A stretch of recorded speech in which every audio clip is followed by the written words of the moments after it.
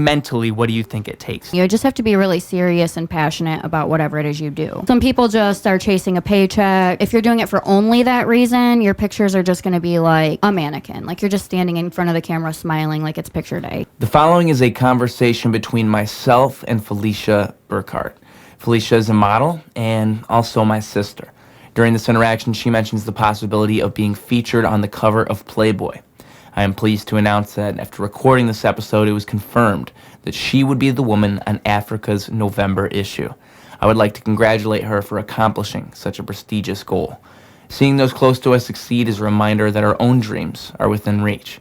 It's simply a matter of how committed you are and how passionately you believe in yourself and your abilities. It was an honor and a pleasure to sit with her for this chat. If you would like to support her by purchasing a signed copy of her Playboy issue, I will provide her contact information in the YouTube description. Thank you for listening to this podcast. To support it, please like, share, subscribe, comment, anything you can to let us know that we've made an impact.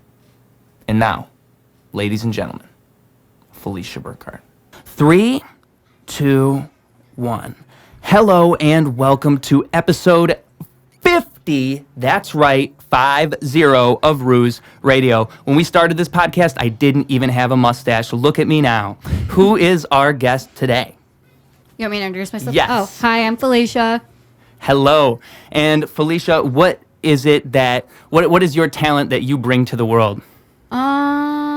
My talent. Yeah, what are you here to promote today, essentially? Oh, okay. So, I went to do a calendar for Playboy. I was going to promote that, and I'm going to be selling them soon, but there's a possibility of being in the magazine, so if that happens, I'm definitely going to be promoting that, selling signed copies, so just letting everybody know.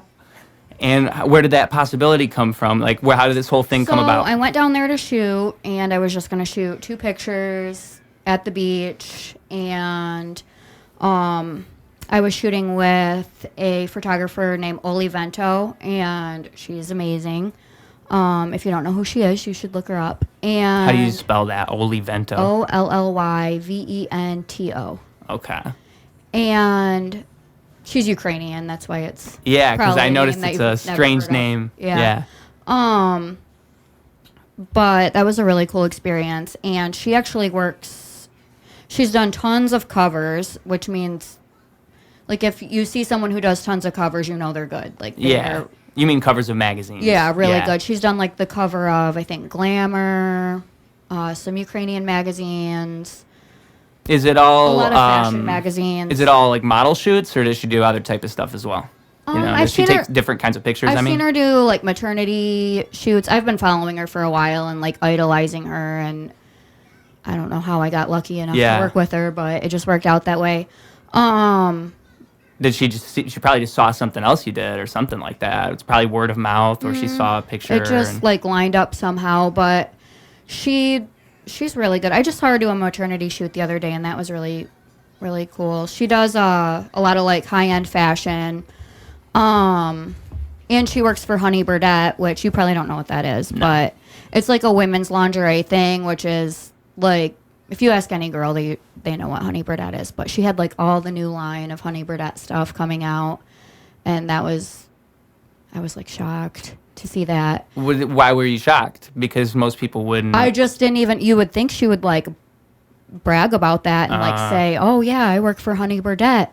Come check out my stuff. But she just mentioned it like it was nothing. I think it's just another thing. Yeah. Like, oh, by the way, here's my new line of Honey Burdette. So I modeled that for her, and that was, like, a dream come true. That was awesome. So that's what the shoot with her was that? I did that, and I ended up shooting with her just all day. Like, I shot with her a lot.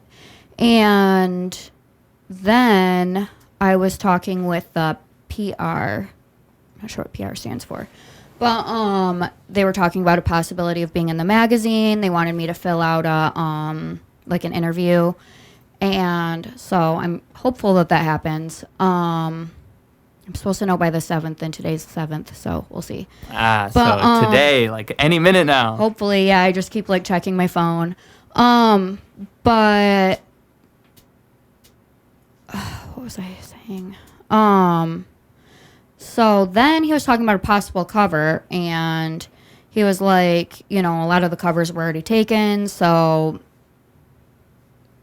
I don't know. I can't really announce anything until it happens, and I don't like announcing things until they happen anyways, because you never know. Like, you don't want to count your eggs before they hatch.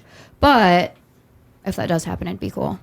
I thought that you did a Playboy shoot not that long ago. Yeah. Yeah. What was it, July? Yes. Yep. July of 2021. Yep. Was it this year? I thought it was last year. It was. Yeah. It was summer last year. Yeah. Yeah, because I remember we were on vacation and then you Yep. drove away to do that shoot. Yep. So when Through a tropical storm. That was crazy. and that was, what state did you? We were in South Carolina, but what state did you go to? It was in Georgia. Georgia. Yeah, I drove a long ways through a tropical storm. My phone quit working because I was in the middle of nowhere. It was scary, and I was all alone. Yeah. It was quite the adventure, but it was definitely worth it. I think sometimes you do things that are really hard, and you don't know whether or not they're going to pay off, and it's like the adrenaline rush of, wow, like this actually worked out really well. So. And I imagine, too, with modeling, there would be a lot of chasing those opportunities. Like you can't just let opportunities pass you by. You got to do it in the moment that you can. Yeah, that's kind of... So after that last photo shoot, they hit me up once and just asked me how I was doing and if I was interested in shooting with them again. And at that point, like, I don't know, I wasn't really working out. I wasn't really, like, in good shape. And I was like, oh, man, I feel like I'm going to just bomb if I go right now. No, probably a bad idea. So they got a hold of me this time. I started doing keto. I worked out as much as I could. Like, I really, actually I have a trainer. His name's Andre. Shout out Andre. Shout out to Andre. He, he was really on me about, like, do these workouts. You can do it. Quit telling yourself you can't. And is it like fitness training and stuff like that? It was a little bit of jujitsu and like some, like, I think you call it like a circuit. I could be wrong, but where you go from one thing to another, and then you keep changing it up. Like, but a bunch of different workouts? Like a circuit like that? Kind of like how in Planet Fitness they have that 30-minute exercise. Yeah, kind of like that, yeah. So you get a full body workout in that short amount of time. I imagine, too, what was I going to say? I was going to say something about what you just said. What was the first part? What was the first part of what he does? Jiu-jitsu. Jiu-jitsu, yes. Yeah. What is the purpose of jiu-jitsu? Jiu-jitsu is like self-defense, but it's also kind of fun. It's just fun to learn. And so it's it's just for that. It's fun and it's a workout. Yeah, I would just. Is he know. training you as a model or is he just training you in general as a trainer? He was training me to get in shape. Oh, okay. Because I just think it's interesting he'd suggest jiu-jitsu. I mean, good. It's a good thing. Yeah, I think any kind of like exercise is just good. You just got to pick one and do it. Yeah. But I felt like that one was really fun. Yeah, jiu-jitsu? Yeah. I mean, I know a lot of people like different martial arts just for that reason. And also they like it because, like, what is it? It's not wrestling, but it's definitely not boxing. But it's the one where they roll around. It's wrestling, but there's different forms of it. But it's where you have to, like, get out of certain positions and things like this. Like MMA? Maybe it is just professional wrestling. Maybe. But when people are doing that, I know that they find it trains your brain to get out of certain situations, like you learn how to counteract when you're stuck in a certain position. That's and that whole process. Self-defense, yeah. So I feel like that part's pretty cool because I feel like if I'm like in a bad position or somebody tries to get me, like, I know a little self-defense now. Yeah, they don't know what you're capable of. Hi, Pumpkin. You need help? Uh-oh. Mickey Mouse got turned off on the phone. Yeah. For the viewers, we just had a little critter hand someone a phone. Yeah, Mickey Mouse is my babysitter right now. Oh, she's holding the bottle through here. I think she wants you to take a drink. You got your nana? I hope that's on the camera. Is it? I hope so. It's not loading. Here, let's just play your duck game.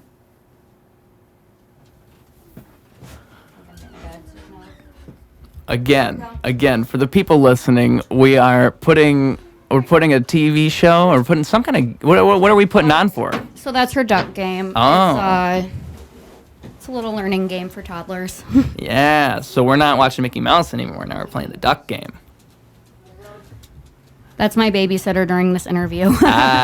My friend Andrew, they love, what is it? Number Blocks. Number Blocks is the #1 show in their house. It's just what's always on. Number Blocks. It's a great show because it's got the characters are 1, 2, 3, 4, 5. You know, it's all about that. She likes to count. Mm-hmm. It's a great. It's a great show. Count, don't you?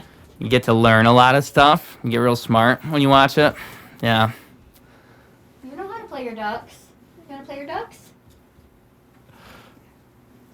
But anyway, so you have a trainer, you do jiu-jitsu, and then all of this, I imagine. Like, I was going to ask you, what do you think it takes to make a good model? Because you have to do all of these things in order to be a model. So I imagine those things would be some of the requirements. But what, maybe mentally, what do you think it takes to be a good model? I think mentally it takes, I think basically like the same thing as doing anything. You just have to be really serious and passionate about whatever it is you do. Some people just are chasing a paycheck, you know. Yeah. They just want money, which obviously, like, who wouldn't want money? But if you're doing it for only that reason, your pictures are just going to be like a mannequin. Like, you're just standing in front of the camera smiling like it's picture day. Kind of like music, because music's the same way. People will make music for money, and then I feel like it's transparent in the art they're making. Like, it's inherent. It's what's in their brains, so they can't even... unless they're a really good actor, and it's not what they're doing. So I can see exactly what you're saying. It's like they're passionate. Yeah, you need to have the passion for it. If somebody loves what they do, like if you love music and you put yourself into it, your heart into it, your personality into it, it's gonna come out great, and people will be able to connect with that.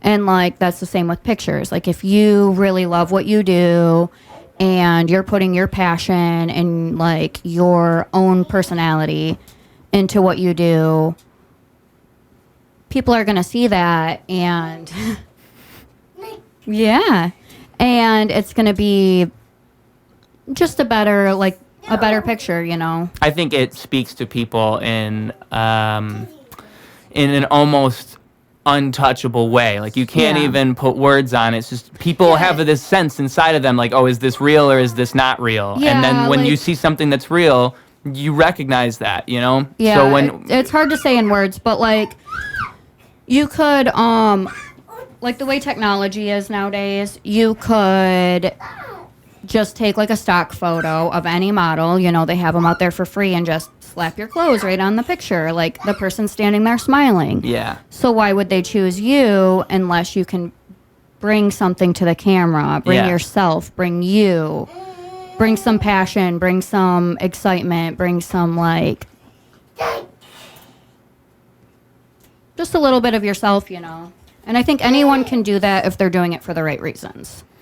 I think too, I mean, it applies to everything. I mean, you can't take that away from any other art, because it's just any like, artistic endeavor, you need to know how to apply yourself. Yeah, I feel like even cooking, like if you cook with love, it comes out. It just comes out so good. If you just throw together some ingredients, like you're just going to have some like bland, boring thing. Yeah. It's almost like there's an intuitive nature to it. Like you just feel it within you. That's what you want to do. Yeah, like intuition. Yeah. But I've noticed, in my opinion, when you go to a hospital, it seems like a lot of the people there aren't that pleasant. And I always imagine it's for that reason. Like, oh, you make a lot of money when you become a nurse, so these people don't even want to be here. Like, they only got into nursing because they know they'll make a lot of money. I think there's like... My mom, she tells me all the time that I should be a nurse. And that's what her sell is that I'd make a lot of money. Yeah, I think, some people do it for money. Like, for me, like, I've had 3 kids. I've been in the hospital. And when you're, like, in that vulnerable in pain and stuff, and like some of the nurses are so sweet to you, and you can tell they're there because they love helping people and they want to be there, and some of them you can tell they're there for a paycheck. Like they are just rude. They're like, quit being a baby, quit whining, you know, like it's not that bad, I've done this. They're fun to be around for sure. Yeah, so you can just tell, you know, some people are just not passionate about what they do, and I think people should I think if you go after what you do, there's a lot of things you can make good money at doing what you love, you know? Yeah. And you should be happy. You can always find a way to be happy and, you know, make things work, and I think you just enjoy life more and be a happier person all around. Yeah. You're doing things that you love to do anyways. Some people I feel like just don't know what they love to do. Like they're not in touch with that. They don't That's probably true, yeah. That's why they do the wrong thing. Yeah. They failed at the thing they wanted to do. I think I've tried a lot of different like types of things. I feel like I have a lot of interests. Yeah. And I'm like interested in a lot of different things, but yeah, I can see that. I heard someone say recently, because I'm the same way, and I heard someone say that you can have all these interests, but when it comes to what you spend your time on, you want to narrow that down to what you're best at or what you like the most, you know, like, because it's so easy to have all those interests, but at the same time, you want to put the effort into the right thing. So I thought that was really good advice, because it's like, you know, I can record a video, I can make a song, I can take a picture, I can go do videos for other people. Like there's all kinds of things you can do with a camera and a microphone. But if I spend my time doing all these different things, especially like editing music videos, it takes a long time.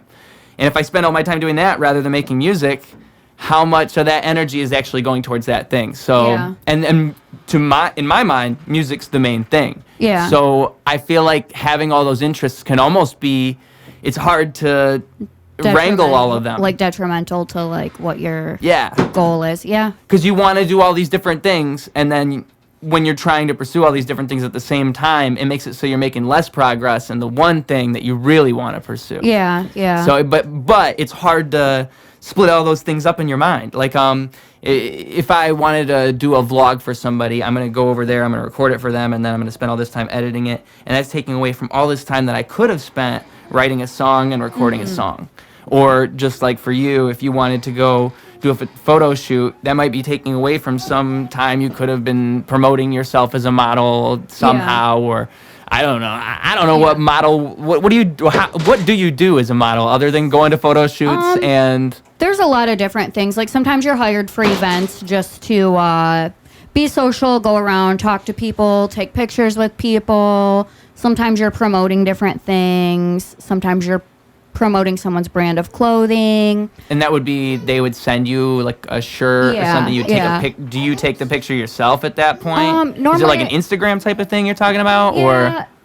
It just kind of depends. It can go all different types of ways. Like there's all different kinds of ways you can be a model. I've seen a lot of that on TikTok where brands will send people things. Yeah, so I just got like, I don't know what you call it, like an ambassadorship. That's not the right word, but for Eve's Secret Closet, and I'm supposed to be getting a bunch of clothes from them. I'm pretty excited about that. Yeah, so. And you get to keep the clothes too. It depends. No. So Eve's Secret Closet, yes. Some brands, no, they want their stuff right back. And is it maybe if they're more fancy, like more expensive? Probably, yeah. Yeah. That's, I mean, that would be cool. I would definitely want to do it if I could keep the shirt. It's always, it's always good to know, like, beforehand. Sometimes it's exciting when you get to keep the stuff. Oh, sometimes they don't tell you. Yeah. So you just get it, and then they say afterwards, hey, send that back. Yeah, usually they'll, like, mention the, whatever the thing is, you know. Yeah. But I imagine that would be nice, because, I mean, that's almost like freelance. The whole thing is kind of freelance in a way. Yeah, every single thing. It's like you're picking up different jobs. And I've had different agencies, like, reach out to me. I've actually had quite a few lately. But some agencies are a scam. Some Just like music. Yeah, some you have to pay to like be a part of them, and then they want you to devote so many hours to you, and then they're basically telling you what to do the whole time. If I found the right agency, maybe I would do that, but I mean, I've worked with different, I guess you could say, agencies before, but I am not signed with an agency, and I like doing it the freelance way. Yeah, I mean, I imagine that'd be the best way to do it. Yeah. Same thing, again, with music, because it's like, why would I want to go around doing what this person says, having to follow this quota of all these things I have to do within this year when... They could just not even know what they're talking about, and you're screwed, and everything you're doing is, Well, and if you're a creative person who wants to put yourself into it, you don't want this person to tell you what to do. You'd rather just follow whatever your creative energy is telling you to do. Like if I want to go make this song this day, I will, rather than, oh, they're telling me I got to have 3 songs that sound like this. I imagine if in a model situation, it's like, oh, you have to do 6 shoots within 6 months, and they all have to be these types of shoots. Yeah, and some of them want you to devote like every Saturday to them, and they have it written in your contract like, okay, if you have a baby, you have to be right back to your starting weight and all of that within 6 weeks, and just all this stuff. I don't know. I would just rather do it the freelance way. But if I came across the right agency, maybe. But I also feel like at this point in my life, I don't know how much longer I'm going to be doing modeling to where I really care to sign with an agency at this point. If I were younger and just starting out and I came across a really good opportunity, maybe I would do it. What is the usual cutoff for models? Like, what's the age limit, generally speaking? I mean, I would say there really isn't one. No? It's just kind of whenever, I don't know, some opportunities present themselves when you least expect it, I guess. Yeah. And I guess that's kind of how it's happened for me. Yeah. I don't know. I mean, if you look like Kim Kardashian, she's like 40 something, and she's probably higher up there than a lot of people who are 20, so. Well, why would you want to retire then? What would make you want to stop I don't really want to retire. You just have other things? Well, I'm getting into real estate, and I'm getting into, what do you call it? Like holistic medicine. I do Reiki, and I'm like taking a bunch of classes, learning about a bunch of different things. So I have other things that I'm already on my way onto, but I mean, I love modeling. I love the art of it. I love just, I don't know how to describe it, but it's not something I want to quit right away, but you can't, like I was saying before, you can't pursue real estate without having to take away from modeling. So you would have to stop modeling. I'm eventually going to have to let it go and start doing other things. And I think eventually, naturally that happens, you know? It's just a hard thing to let go. It's hard to let go of anything you do. And then when Playboy hits you up and they're like, oh, do you want to come do this calendar? How could I say no? Right. You're going to have a whole midlife crisis right there, quarter life crisis. Yeah. Because you really don't know. I've seen people go into real estate before. What exactly do you have to learn going into real estate? Is there a whole school for it? Yes. How do you qualify as a real estate agent? So I've actually taken my classes. I've taken the entire class, passed it. How long is the class? Like a week or a month? So my classes were online, so I just took them on my own time, and I was pregnant with her the first time I took the class, and then my ex and I together, well, as you already know, but we had 8 kids all together. So it was just, I had a busy life, so it was good to do the online thing, and I could do it at my own pace. Then I ended up moving to Florida. I decided I was going to take the Florida real estate class. Then I moved back to Michigan, retook the Michigan real estate class. Because you have to qualify in each... Yeah, for different states. Okay. So I've like passed everything, and then when it's time for the state exam, I don't know. I'm just got like this testing anxiety. I need to get past it. But Sorry about that. hold on, Pumpkin. You have a testing anxiety and you need to get past it. I imagine having to take those tests would be... It's just... Can you retake them? Yeah, you can retake it as many times as you want, and it's kind of silly for me to even feel this way, but Do you have to pay to take the test, too? Yeah. How much do you have to pay? I don't think it's very much. I think it's like $60 or something. Okay. I don't know. It's just like my heart just starts pounding when I think about it. And I get testing anxiety anyways. And then like I don't know. like I would like tests if I had an unlimited time limit on tests. Like, that's what I Yeah. always hated about standardized tests in school. It's like, how am I less smart than someone because I took longer to figure this out? Yeah. It's like the turtle beats the rabbit in the race. Yeah. I don't agree that I think- how fast you take a test, and usually tests have time limits. I hate that. That's the Yeah, part I and hate I think the most. the thing that makes me nervous about it too is like the way they word the questions, they are like trying to trick you a little bit. Like they have a few things that could be right, and then I second guess myself always. Like Yeah. whenever I'm taking these practice tests, because I take practice tests all the time, I sit there and second guess myself, and it's always like the first answer I would have chose, but I like was like, oh no, it could be this. Yeah. So there's that, you know. Yeah, I that's just need fun. to get over that. I don't know how I just pull that out of my brain, but I need to. I just feel like it's... What is she doing over there? She's sticking her something in the water. No. You don't play in the doggy's water. Here.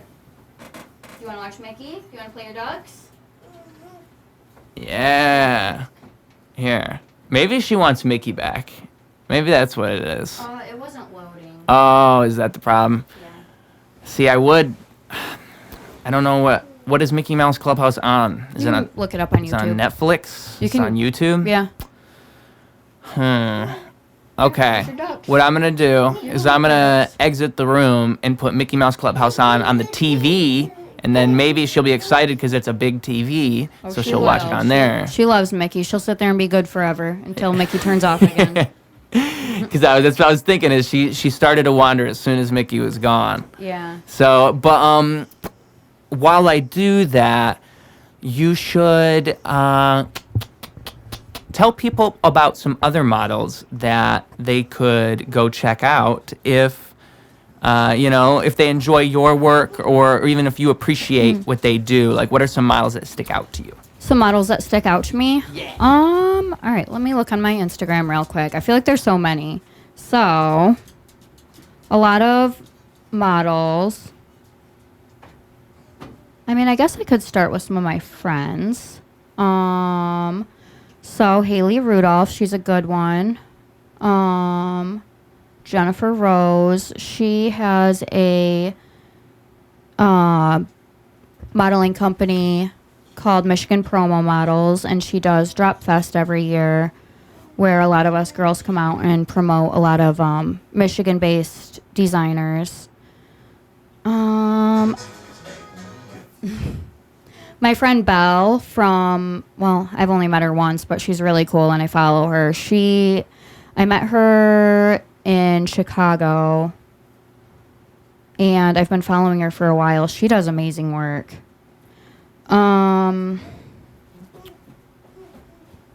Who else? I feel like there's so many. I should have made a list if I knew somebody was going to ask me this. I follow so many people, so as I'm like scrolling through my Instagram, it's just I have like thousands of people that I follow. But let me see. Are you looking through a I'm list of looking people through- you're I'm- following or something? Yeah, so I'm looking through Instagram. I literally follow thousands of people, so like when I sit there and like scroll through, I'm just gonna see so many random people. But What makes a model's work stick out to you? well, I mean, for me, this is going to be probably different, but like I have personal, I guess, friendships with a lot of the girls. So there's that. I mean, so I guess I'm a little biased there, but in general, when I'm like looking at a model, I guess, do you mean like if I know them personally? Like No, if I mean meet them at a shoot, or if I'm just seeing their pictures? I guess both. Okay, so if I'm just seeing their pictures, I like to see something that's a little bit different. Like, I think when you just, I mean, for me, I follow a lot of models and all of that, and you see a lot of like the same thing all the time. And I mean, maybe I'm guilty of this too, but I feel like I get hired for a lot of the same jobs, so a lot of stuff is like work-wise. But if I got to be my creative self, I'd have some like more creative things. But when I see something that's just like different and unique and like, wow, that really makes you think. And I like the picture, like the scenes that tell a story. Like it's like almost you're watching a movie. Like you scroll through and there's this and then there's that and then like a unexpected like ending. Like, yeah. I feel like that always draws me in, and then I end up, like, following that person because I want to see more because I feel like they're interesting. Yeah. And that's the kind of stuff I like to do also. So, like, if I get a chance to talk to the photographer, and if we, like, you know, if we have the chance to, like, if they want my input, and I'm like, oh, well, what if we do this? And we can work together and, like, make that happen. I always feel like that's really cool. Yeah, because that means the photographer is incorporating the other person into it, rather than it just being, the photographer saying, "Stand over here, do this." And I feel like as far as like people, I feel like I just make friends at shoots, and like I end up just talking to the girls, and so many of them are just cool people in general. Yeah. To get to know. Yeah. We were talking right before the podcast started, and we have not brought this up yet. So you just did a music video recently, and I was going to ask you about that anyways, because you do music videos, and that's another thing models do. Mm-hmm. I don't know if you listed that before, but that's a thing models often do is music videos. I've noticed, or like even people who are popular on social media, I've noticed they'll pay them to be in a social media post, and it'll just be some model that has their own social media. Yeah, so, you're just standing there somewhere in the background sometimes. Yeah, yeah, you don't even have to do much. Yeah. Long Neck from Flint, he'll have models lick his neck and things like this. Like, that's funny. Yeah, and I always like check the girl's account, and it's just some girl. It's just some girl that's doing exactly what you're doing. You know, it's just I just think it's interesting. You know how I wonder how much they get paid. But with the music video, how much do you get paid generally? Music videos. So I haven't really done any music videos with anybody who's like super famous or anything.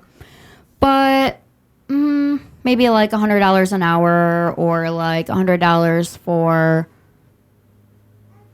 I don't know. It just kind of depends on the music video. I would say if it was somebody who was a close personal friend, I probably wouldn't do it for that much, but I still have to get paid because I have to have a babysitter in order to do the shoot and all of that. But if it were like somebody I didn't know at all hiring me, and I had to go out of my way and drive somewhere, like, more. But yeah. Usually. And they pay you for gas money when it's particularly far, or no? It depends sometimes. Yeah, because that'd be cool. I guess when you're freelancing, it just kind of depends. Like things can go any different type of way. Yeah. And what are those experiences usually like? I imagine it's different depending on the artist. Yeah, it's just completely different depending on the artist. I've had some really fun experiences. Some artists are really cool, fun, have some really fun shoots where it's just like a party. Was it you that said you did something with ICP at one point? Was it you? Yeah. I can't remember. Was it ICP or was it a different Juggalo group? Because there's a couple of them out there. I probably shouldn't admit this, but I don't really listen to ICP a lot. But, I mean, they're cool and everything, but I thought they were part of ICP. I think it's like a member of ICP and then other like people that are in they have like I know they have a label with a bunch of different people on it too. It could be one of those people. I thought they were ICP when I met them. I mean, they might as well be, right? Cool. Hey, what's up, guys? Yeah, they had the like clown makeup on, and yeah, it was. I imagine that'd be a party, though. That's what made me think of it. Yeah, it was a party. Yeah. They were really, really cool. They were super nice, awesome people. Right. I did another one, and like there was a ton of girls. So the song was like about models. I actually never saw the results of that, so I don't know. But it was something about models. So he like hired a house full of models, and like half the girls were really cool, and the other half were like really stuck up, and like they were like girls who have kids shouldn't be out here this late. Like they don't have dads that watch them or something. Trash talking the other models. Yeah, like do you see that a lot? Does that happen? Yes, all the time. Like some girls, and I don't get it because I think that looks worse on you than just being regular. Like why do you have to trash talk other people? Like that probably wouldn't be good for that industry at all, right? For anywhere, but really when you're trying to make friends, aren't you? Yes. I don't understand. I mean, I've heard so many people be like, "Oh, the people you meet when you're doing this and that are not your friends," which some of them are your friends, and you know, people are people. Some people are good, some people are bad, but like some girls can be so catty and they just try to put each other down, and like it's not a good look. Like there's room at the table for everybody, you know. We're all kind of on the same team. Lift each other up, you know, instead of putting each other down. People just have a negative outlook on the world. Or like when they see the person who's coming out, who's doing the music video, they'll like sneak diss the other girls. Like, why are you doing that? Like to the artist, they'll say it to the artist. Just like say like whatever, like little like sneak diss things. Like, okay, that guy is gonna see that. Like he sees you being a pick me girl.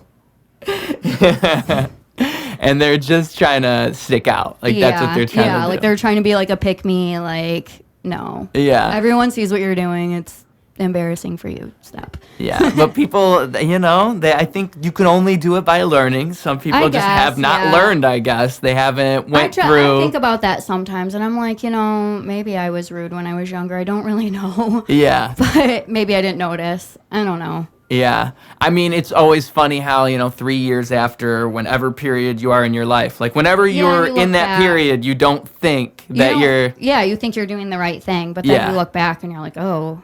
That's a different person. That wasn't me. Yeah, that was cringy. You don't even want to associate with that person. Yeah. But I mean, it's just part of life, I suppose. And that's what I try to... I mean, that's how I was in high school, because there were bullies and whatnot. And those people I felt the same way about. It's like, what is up with this person? Yeah. They must have some experience. Maybe it's their home life or something that's making them feel like they have to act this way. Yeah, like and they haven't learned. They haven't went through life enough to figure out. Some people are bullies their whole life, but as you get older, there are less and less of them. Kind of. I feel like you're dealing with. I'm not a girl. Girls are naturally. They bully each other. See, this is something that's so crazy about women to me. It's weird to me. They hate each other. I don't think all girls are like that, but some girls are. There's just like always those like one or two in the group that just like every time they see somebody pretty walk in the room, they're like, oh, something rude about her. Yeah. Like, why do you have to be like that? Like, just acknowledge she's pretty. Who cares? You can both be pretty. Yeah. Like, or they're just like when they're talking about other girls, they're always like it's like dramatic. There's always something stressful going on. They don't just get along with the other girls. It's like a fight, you know? Yeah. It's like, why you gotta fight for? I think even like when you're an old lady, some girls are just always bullies. I don't know. That's what I'm saying. They just never learn. Those people don't learn. They never had those life experiences where they go, maybe that wasn't the right. Act like that. Their brain just never does that. They go through all that and they never have the self-awareness to actually. I'm amazed when people are that rude. If ever watching this that I was ever rude to like that, I really am sorry. Send her a message on Instagram and she'll personally apologize to you. Let me know how I've hurt your feelings, and I really am sorry. I would never try to hurt somebody's feelings like that, but. Yeah, I don't know. It happens, though. I mean, it's just a learning experience. Yeah, I don't know. I think that you can be unintentionally rude, too. I mean, that's completely different than being blatantly rude. I think I've probably done that a time or two. Like, I just say things I'm thinking in my head without, like, thinking I'm saying them out loud. And I'm like, oh. I'm sure I do that. Yeah. Because I usually just say whatever it is that I'm thinking anyway. I'm like, why would I not say that? I don't think I ever. It comes out of your mouth and you're like, oh. Yeah. But sometimes people are bad influences too, for the record, all right? If you're hanging out around the wrong people, you might say the wrong things. You can't always blame yourself. Sometimes it's just a bad, like if you're hanging out with a bunch of, like, these negative models, like they're real catty, they're gossiping, you feel like, if you do that for weeks, you become one of them, I feel like. 'Cause you just you can't associate with people that are that negative. You kind of just have to, you see them and you're like, okay, but you're not going to, like, try to hang out with them or do another shoot with them. Like, it's never going to be something like that, because that's, not only is this a bad business decision, it makes your life worse. You become those people. You got to stay away from negative energy, I feel like. The more negative energy you let in, the more you become that negative energy. I guess I can see that, yeah. But I don't know. Like, those people get friends. Like, that's what I mean, though. Like, if they're not... They must just have other negative friends. Well, I think girls, so how girls like to get together and gossip. Gossip. Because it's like female nature. They form circles. Yeah, I think it's just that kind of like thing. High school forever. High school forever, yeah. It's not, everybody's not like that. And No. I'd say the majority of the industry is not like that. Most people you meet are actually pretty cool people. But, I mean, it does happen. I imagine there's a whole cast of characters out there. There is a whole cast of characters, and everybody's got their whole personality, and it's pretty cool. They could make, like, a YouTube channel or something. If I was good at, like, doing that kind of thing, I would. I mean, I feel like it's not even nowadays. It's you could do it relatively low effort. I mean, are you familiar with Trisha Paytas at all? I'm not. I'll have to look her up. A lot of her stuff was just her sticking a camera in front of her and just talking to the camera for like 5 or 10 minutes, and people found her so interesting that that's what it was.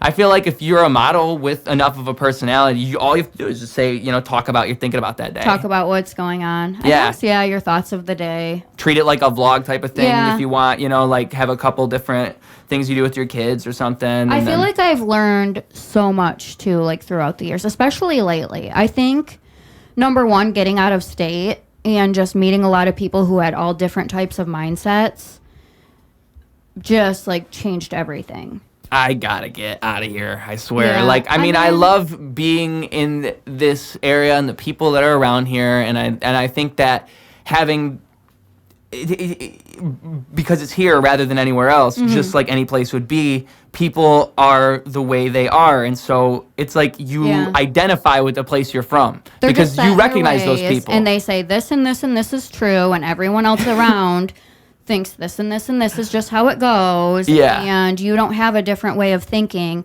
And then you go and you meet all these different people from different perspectives, and it really opens your eyes, and it's pretty cool. Not that there's anything wrong with people from Michigan. I feel like people from Michigan are cool, and I like working with people from Michigan, but it is cool to go other places, get other perspectives.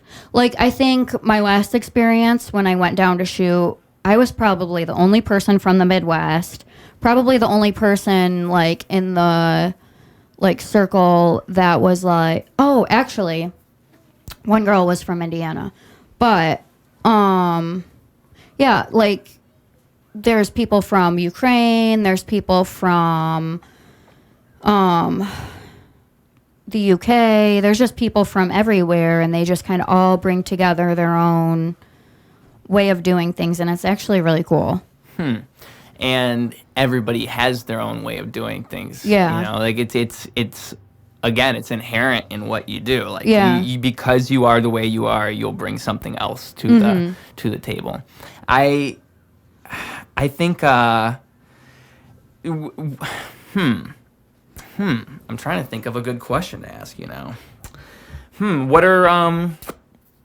What kind of direction does a director what kind of direction does a photographer give you? If they're standing in front of you and they're trying to get a good photo shoot, like you said before, they'll work with you a little bit, but generally speaking, like, what is it that they're going to ask you to do? So that actually can go any type of way too. Like, it just depends on the project you're working on. Sometimes they have something specific in mind, and it really helps if they tell you like their vision, what they want, and they're like, okay, you are, I don't know, you're in this car, you're mad at your boyfriend, you're getting out, you're slamming the door, like you're And that's when you were talking about, it's a whole... Yeah, like you're being fierce. Yeah. Your dress is blowing in the wind, all of that. If they can give you direction like that, like set the mood of what you're doing, like that helps so much, and that helps like everything turn out like art. Sometimes they will want you to pose an exact certain way because they want that angle of that outfit. So sometimes they'll pose you.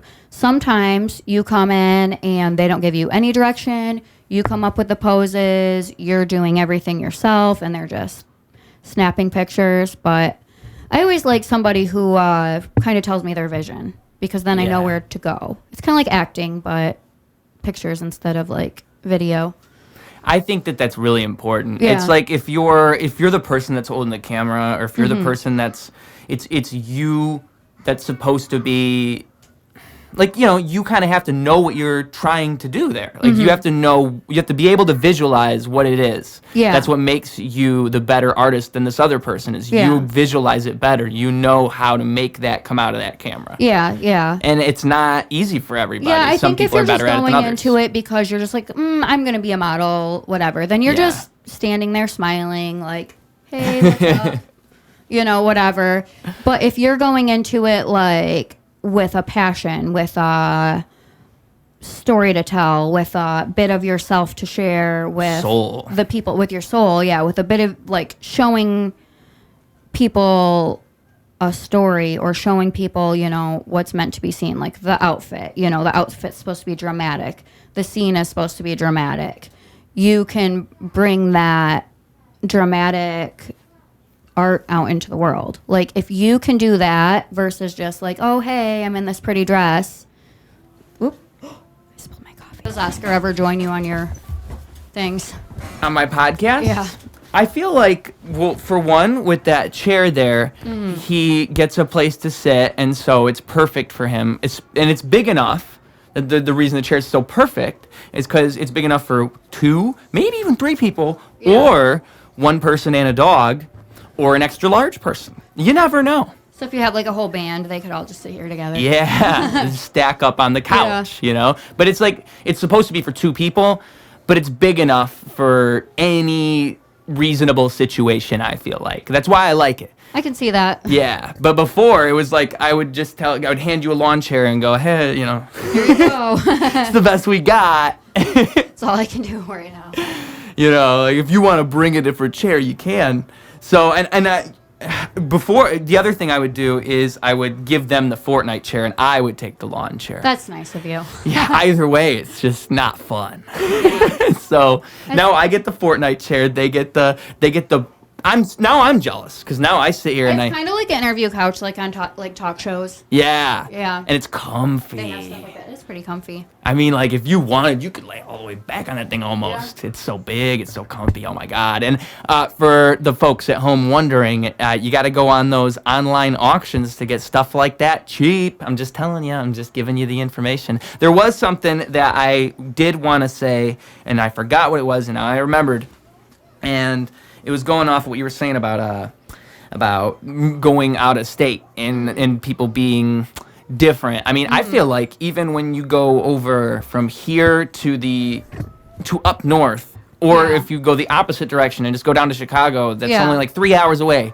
People are so different in both of those places. People are so different everywhere you go. Like, it's a different mindset, different mentality, different culture. Like, everywhere you go, the people are different. And it's kind of cool, and I think it helps you to grow as a person to just, like, experience different things. Yeah, it makes you... I mean, it's kind of like with little kids. They say if you have a little kid and you teach them a different language, when they're young, they're going to understand things in a different way. And it's because those different cultures interpret things differently, so they have different words and they use different things in different contexts. Like, you're not talking in the same way if you're speaking... I was about to say Mexican. If you're speaking Mexican. If you're speaking Spanish, or if you're speaking Ukrainian, you're speaking... Italian, all of those languages are gonna refer to things in different ways. Or it's kind of like I think in Mexico they don't have I I don't think they have a past tense for a person. There's some culture that doesn't have that, and that has to do with the way they look at death. So I think it's stuff like that. It's kind of like the way people think is just, you kind of have to round it out, and it's better if you do it early. Yeah. I feel like, it's almost a shame I grew up here rather than, I love Chicago. I just wish I was born there. I love Chicago too. Yeah. Like if I was just born there, I feel like my life would be so much cooler. It's a pretty quick trip. I've been to Chicago quite a bit, so it's a great place. I like it. And I imagine there's lots of modeling opportunities there. I mean, it's such a scenic area. Yeah. And it's Chicago's a great place. I've made a lot of friends out there and just had. Are they a lot of locals, or because a lot of people probably travel to there as well?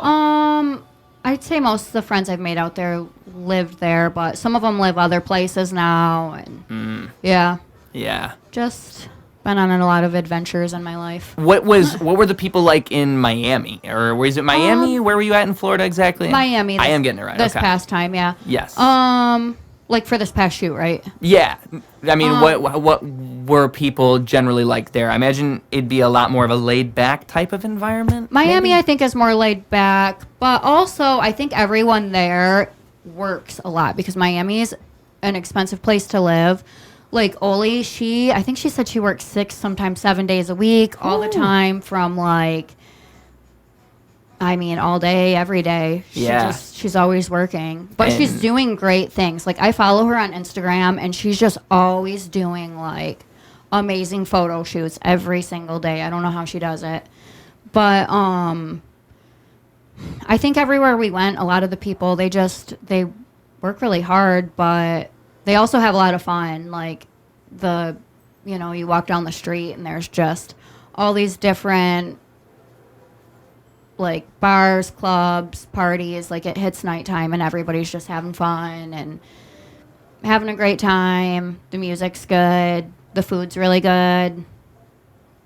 It's a cool place. I imagine Vegas would be a little bit similar. Like, it would be a very, because it's Las Vegas, people would be just laid back and kind of more in a party type of, it's a party type of place. Maybe I'm wrong. I don't know. I'm trying to think of, people I met in Vegas. I don't know. They seem pretty chill. I think people from Vegas all the people I've met from Vegas are from different places, and that's just where they happen to be. And that's kind of how Miami was, too. I think everybody from Miami was actually from somewhere else.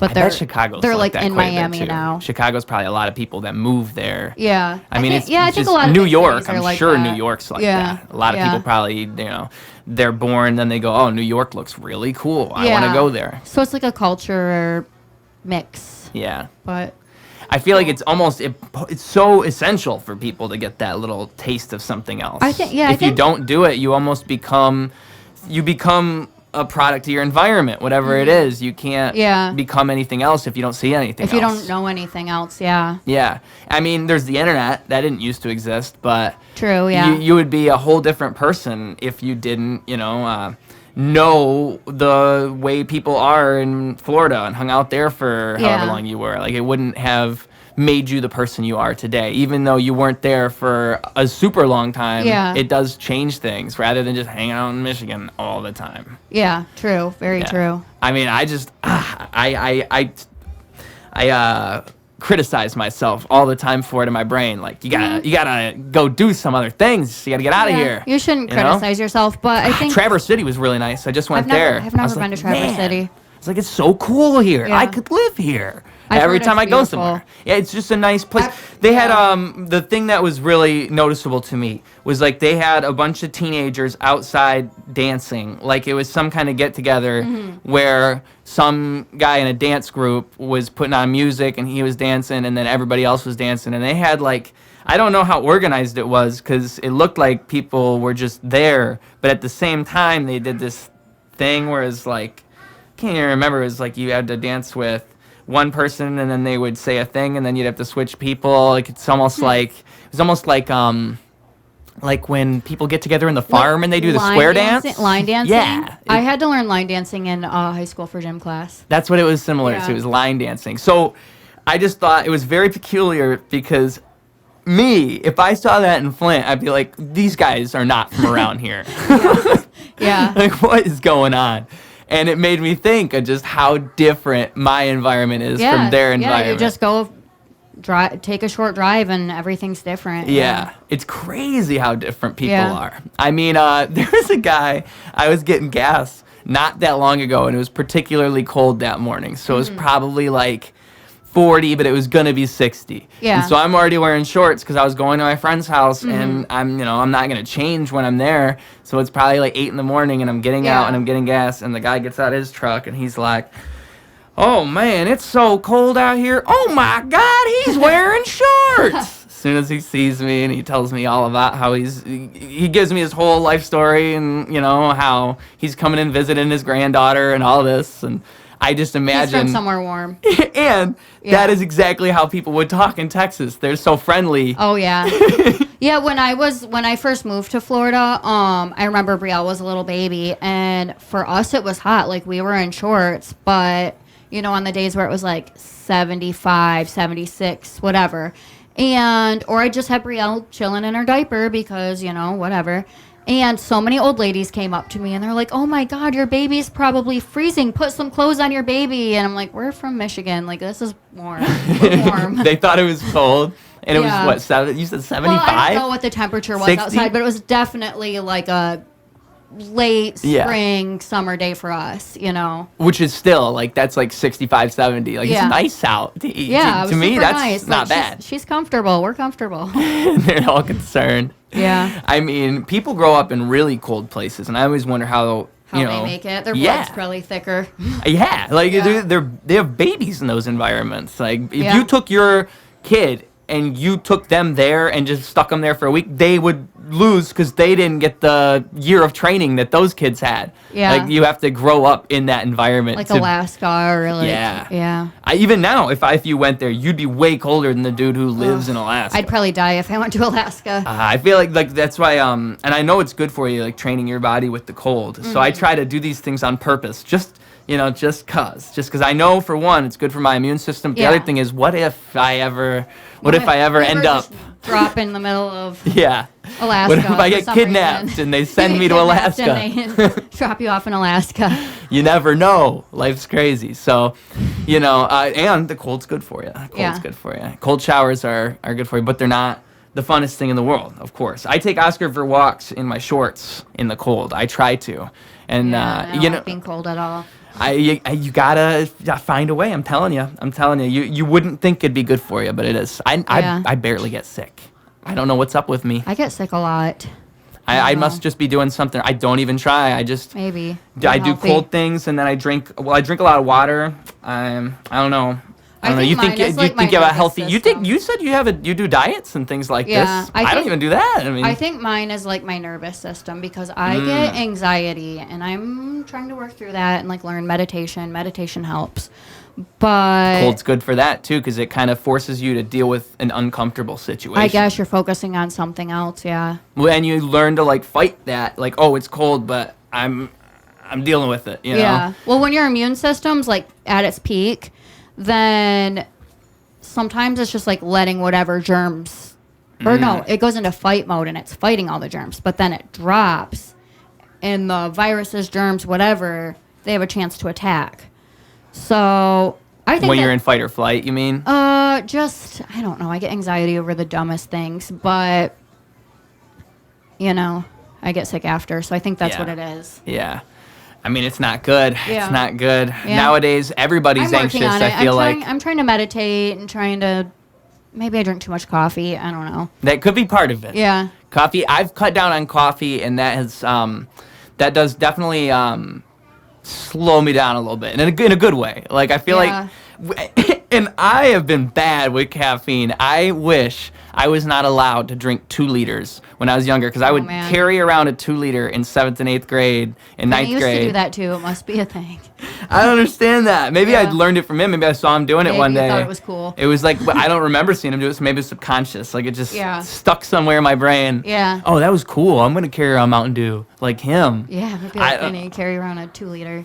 But it's like crack. That's the thing. That's probably the main reason we both did it, because it's like we're doing drugs. Yeah. I mean, it's sugar and caffeine, and if you're drinking it all day, I mean, that's definitely gonna... with coffee. I I have to, though, because, like, I just have so many things I have to do all within one day. And, like, I need the energy to do it. So what convinced me to drink coffee less, or at least at the right times, was that I learned that coffee has a quarter life of 12 hours, which means that if you drank a cup of coffee at noon and then it's midnight, that means it's the equivalent of drinking the quarter of that cup of coffee. Oh. So you still have the residual effects Yeah. of at least 25% those 12 hours later. And so you can still fall asleep, but you're not going to sleep as well because the caffeine is still doing what it's doing to your brain. I mean, I've had days where I've cut out caffeine for just a couple of days, and at first it's really hard, Yeah. but you sleep so much better just because the caffeine's not having any residual effects. Like, it lasts for way longer than you'd think it would. Yeah. And that's what That made makes a me lot of sense, start drinking actually. coffee only up until like 12 or 2 p.m. I'm like, I don't want to risk it. I don't want to ruin start it. doing that because sometimes I get insomnia and I'm just like, why can't I sleep? And then I take a melatonin and then I take another melatonin and then I turn on my sleep meditations and I'll fall asleep for a minute until that turns off and then I'm back awake. But- CBD, I love CBD for Yeah, that. That and hot baths. I Those should are my try two. it, yeah. I used to give CBD to my little baby husky because he had seizures. I never tried it myself. Pet CBD is expensive. Yeah. I've thought about giving it to Oscar just because he's always amped up. Like, I he's always staring at me like I had something's to give up. it to him. He had seizures so bad, like he was having seizures all day. It's crazy that CBD works for It probably saved his life, literally. Yeah. Like, I literally, he was about to die. The vet told me we might as well say our goodbyes because he was just having seizures all day. He'd run into the walls. I thought he was blind, but, you know, I started giving it to him 3 times a day. I'd even prop it into his mouth, and I'd breathe into his mouth to make him swallow it, and he's still alive today. Yeah. Really? Yeah. Does he still take CBD? No, but he doesn't have It seizures. cured him. Yeah, he doesn't. Really? He doesn't have seizures anymore. That was what cured him, Yeah. was the CBD. I mean, That was the one thing that who changed knows, it. but I think so. Yeah. Was that what you changed when he changed though? Like, Yeah. was that around that time that? Yeah, that's yeah. Yeah, because that's interesting. I like CBD a lot just because I feel like for anxiety, for one, but Yeah. also just for when you're trying to go to sleep. It helps a lot with both of those things. I've smoked a little weed to go to sleep before But sometimes. this is the thing that I also learned is that weed affects your sleep negatively, just like alcohol does. Yeah. So if you smoke weed or you drink alcohol before you go to bed, then it's going to make you sleep worse, like you don't get the REM sleep. It might lull you into sleep, Yeah. like it actually helps you fall asleep, but you don't get good sleep. You're not getting quality sleep. Yeah, you could smoke every once in a while. and it's not gonna I'm have not bad like effect. a big pothead. I don't smoke Okay. a lot of weed, but sometimes, like, Yeah. I'm like, man, I can't sleep. So And that'll do it. yeah, That'll do it yeah. for sure. Especially But- with an indica. I mean, Yeah, that's it's the better difference. than NyQuil because sometimes NyQuil, like, sometimes when I take it, it has the opposite effect. I don't know why, but so I'm always apprehensive to take NyQuil to fall asleep. But I've never ever taken any sleep medication other than melatonin. I feel Yeah, like why would you melatonin's- need anything more than melatonin's pretty natural. It's already in your body, so you don't Yeah. have to worry about like effects from it. But or take Yeah. a hot bath? I'm telling you, people. Like there's I do different take there's hot natural baths things you can sometimes. do. I think the kids get jealous when I'm taking a bath because they somehow have like spidey senses and they know I'm relaxing, and then they're all barging in right next to me, sticking stuff in my face. Like, I there's- bet that's like anybody with kids. Yeah, there's no hot bath for me. It just doesn't exist. I mean, there's I no could try. relaxing hot bath. There's a hot bath, but They it's, know when I'm doing something relaxing or I'm trying to have me time. And that's when they draw on the wall with crayons. they're on it. Yeah. Yeah. Yep. Like something's got to happen that you have to prevent at that point in time. It's, You always we have can't to take the have, bath. You always have to have eyes in the back of your head. Like, you have to know. So how does being a mom affect modeling then? I think that, like, I think it affects it a lot. I think all the things I'm doing right now, and it's not to say anything bad about my kids. I love my kids, and I would choose being a mom over anything, any day, ever. But if I didn't have kids, I think I would have had a lot more opportunities and done a lot more things a lot sooner. Like, I would have been able to pursue any opportunity that came my way. That's how a lot of people with kids feel. Yeah, you just kind of have to do what you can do when you have kids, you know? Yeah. Sometimes it's unfortunate, you know, your kid gets sick or your kids need you or you can't find a babysitter, and you do miss out on a lot of opportunities, and it does slow you down, you know, but the trade-off is more than worth it for me. I love being a mom, so I wouldn't trade it. What do you love about being a mom? Just everything. I love my little people, watching them grow, watching Yeah. them learn, just experiencing life with them. Just, I don't know. I just love them. I love being with them. Have they, in the ways that they've grown, have they surprised you in any way? Like, They're always surprising me. Every kid has a different personality. Like, people tell you that before you have kids, but you don't really notice the extent of it until you have multiple kids, and they're all just so different. Like, they're just born. They're literally born with different personalities from each other. you can see that from puppies. Like, when Yeah. Oscar was born, he had the same look on his face Yeah. that he does now. Yeah. He looks Yeah. the same way. They're just born the person that they are. I think it's, like, mostly, I don't know, DNA. Your or, eyes like- never change. Yeah, like, I don't know. But Well, that's the whole thing about nature versus nurture. I mean, a big Yeah. argument for that, for the nature part would be that you could have these kids all grow up in the same place and they'll all be And they're different all people. so different, It's yeah. just in their nature. Like, it's Yeah. not the way you raise them. They were just different from the yeah, start. I think it's some. It's both. It's both, but Yeah. I think it's mainly you just are who you are. It's a big part of it Yeah. for sure. I Yeah. mean, like, you could. I think you get a lot more interesting people out of people who struggle or people who Yeah. might have some type of hang-ups mentally. Like, maybe they have these mental issues, but Yeah. usually those people are the better artists than the people who don't, because they Yeah. have more conflict that they can represent. Like, they're deeper than the other person. True. So I think that it's like you come from these different places and you become these different people, but it's hard to say any of it is a negative thing, you know? Like, Yeah. it's all just, you're always just a product of each of those things. If your parents raised you and they did all these things you didn't like, maybe you would have been different, but does it really even matter in the end? Yeah. It's all the way that you look at those things and you you interpret always them and have a grow out of choice. them. Yeah, you always have a choice to, just And that's in make your choices. nature. Yeah. That's not in your nurture. That's in your Yeah. nature. Like, you have to be able to forgive those things. Or Yeah, forget some those people are things. just serial killers and like they come out of like And that's the other normal thing. parents. If that parent, how would you feel? Would you think it's your fault, or would you think maybe they were crazy from the start? You never really know, because you have to I think imagine I there's would some kind of kind guilt. Yeah, I would feel guilty and I would kind of feel like it was my fault, but would it really be? Who knows, you know? Right, like, who's sometimes. And I think, like, I was watching a video about, like, somebody was doing a study on serial killers, and they, like, actually examined their brains, and almost all of them, their frontal cortex is damaged. Like, near where their nose meets the brain.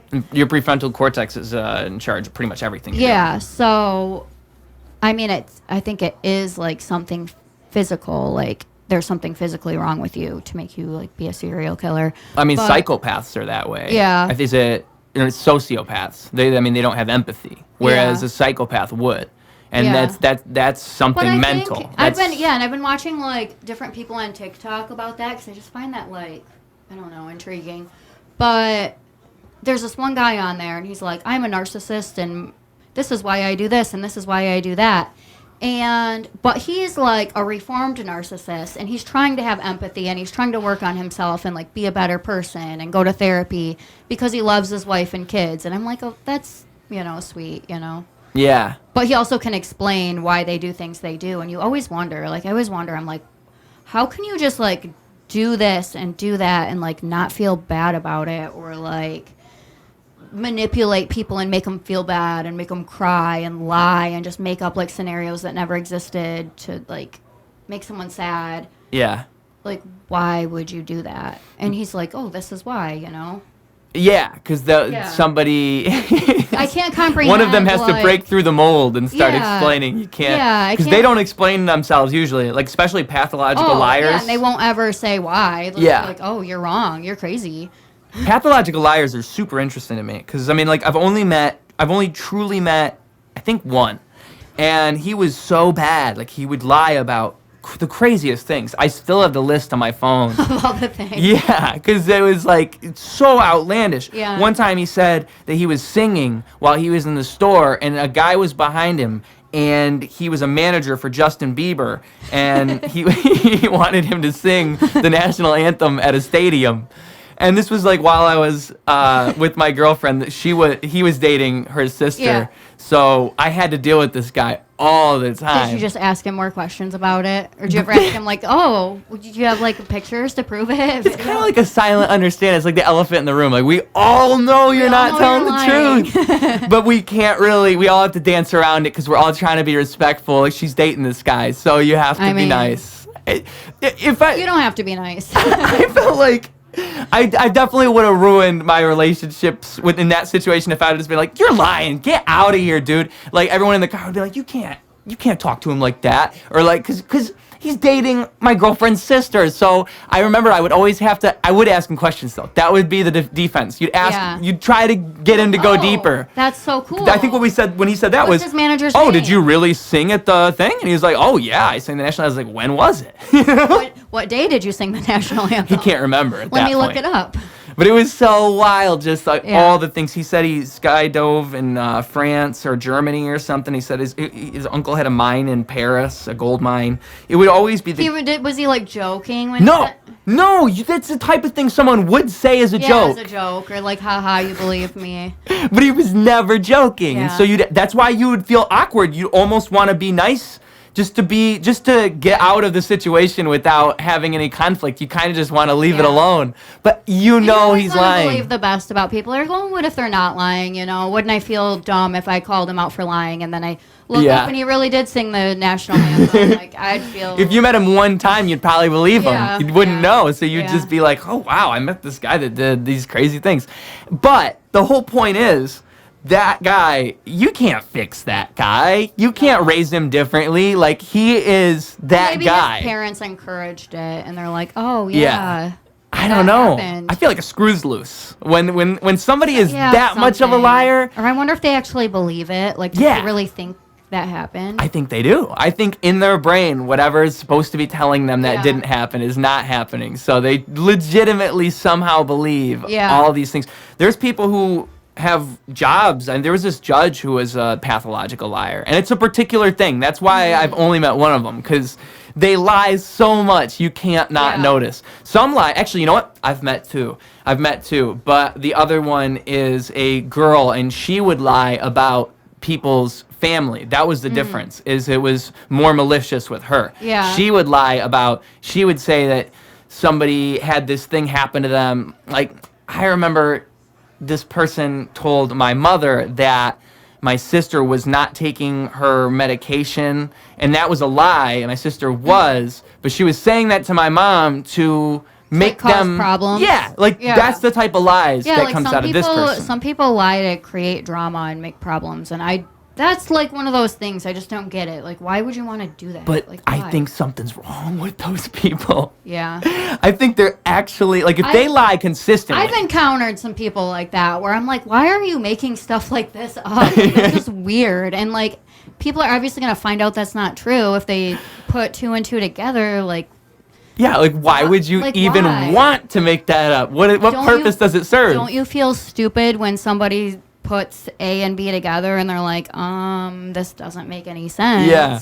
But I mean, again, those people also are very interesting. Like, if they had a TikTok, I would follow them. I'd want to know what they're going to say next. Like, I mean, there is someone in our family that I think you may know of who, he lived at my household once, and he was very, very into like, he was convinced that he could send spiritual messages and murder celebrities. And if he could, I mean, maybe I'm just ignorant. Maybe I don't know that he knows the truth and I don't.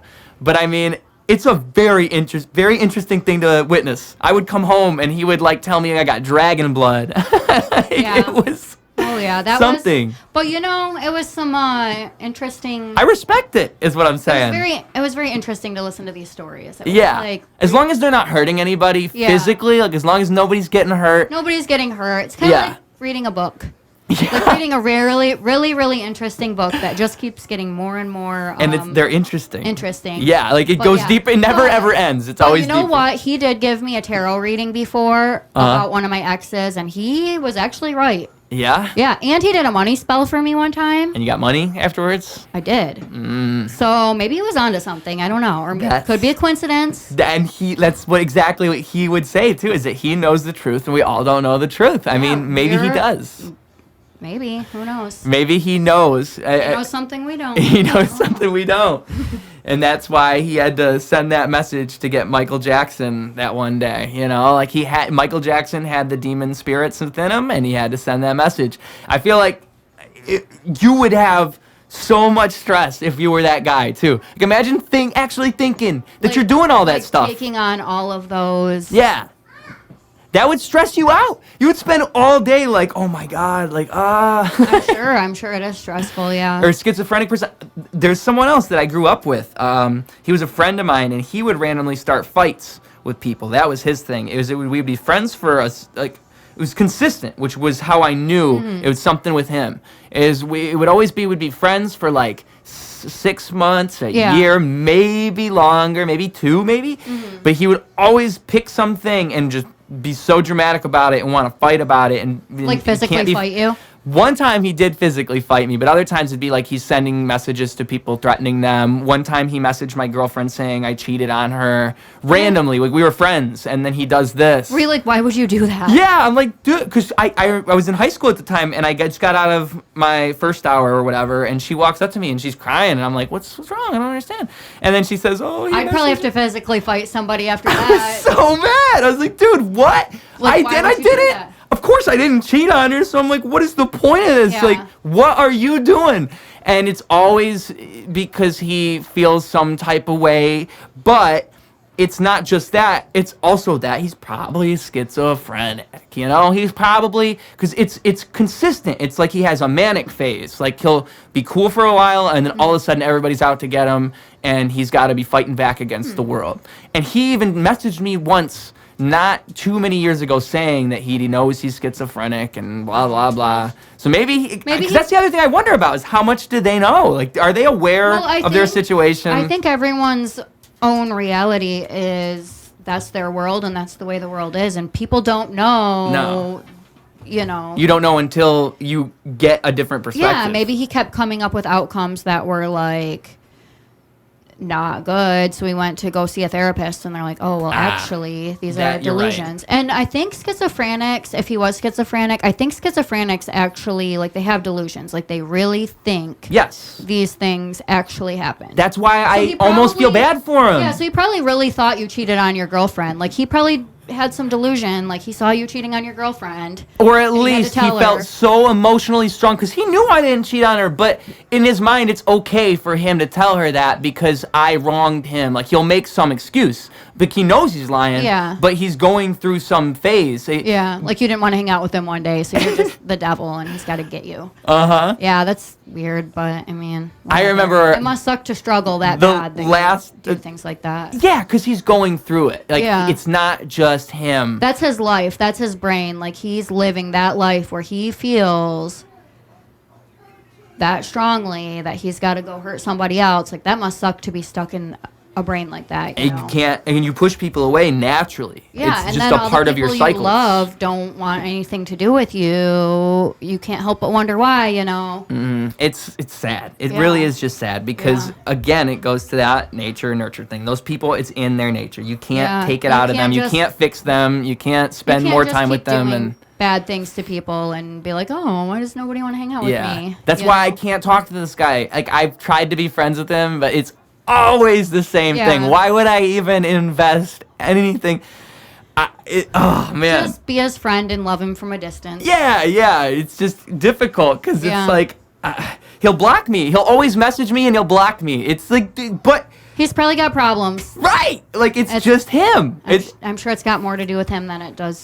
Of course, I got love in my heart for him. Is what I'm saying. Like, I feel for this guy. I wish that I could be friends with him.